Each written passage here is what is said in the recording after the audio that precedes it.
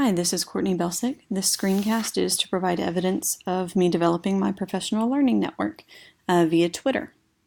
So this is my Twitter homepage. I'm going to go ahead and scroll over to my biography. You can see that I joined in March of 2015, but I didn't do anything with my account for about 3 years. The only person that I followed or that followed me was my husband. So I decided I was going to breathe some new life into this in the form of organizing a professional learning network for myself. And so you can see that I'm a wife, I'm a mommy, I teach Algebra 1 and geometry to high school students. I did make sure that I selected that I was from Texas, but I didn't want to put my hometown or the town that I teach in and want to give that much information away. So this is my biography page.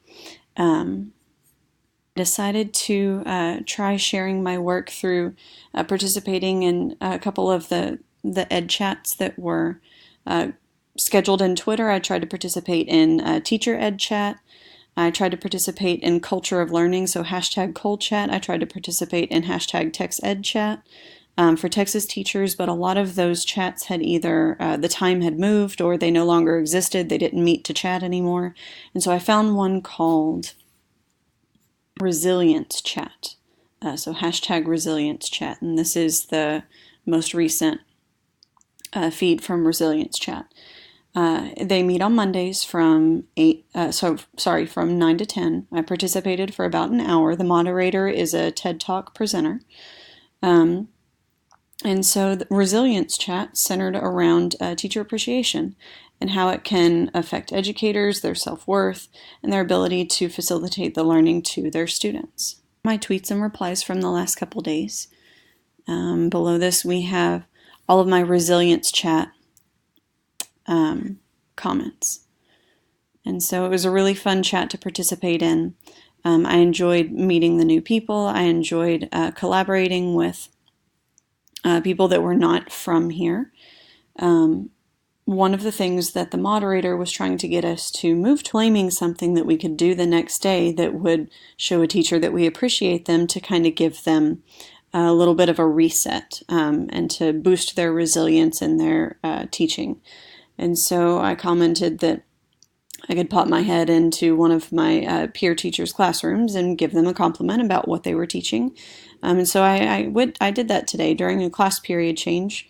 I talked to the English teacher next door and told her that it seemed like I would really enjoy being in her class because she was talking about current events, and I thought that that was really interesting, and she had a little pep in her step for at least the next class period. So I thought that that was a really cool application of my first professional learning network chat, is that I was able to do something that we had talked about from the Twitter chat, and it actually ended up being helpful.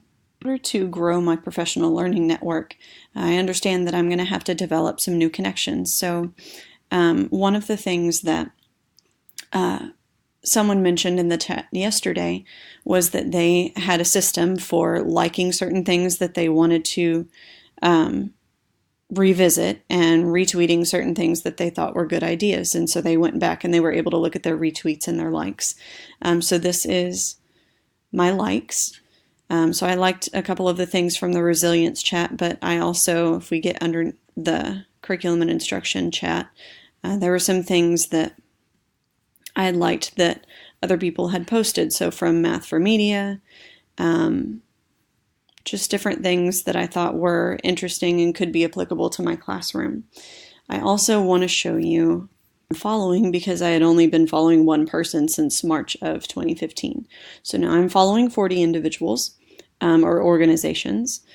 This was the moderator from hashtag Resilience Chat. So I have a lot of individuals that are teaching similar things. They're teaching high school math. Some organizations that, like Math for Media, post a lot of really interesting math videos that have cool applications of geometry and Algebra 1. I'm following some political figures so that if they post things education related, then I would have that in my homepage. And then I'm also following Made with Desmos, because Desmos is something that our school is really investigating using right now.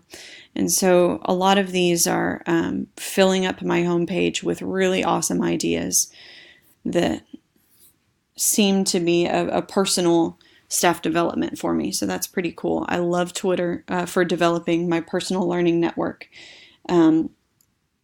It's professional development that's useful.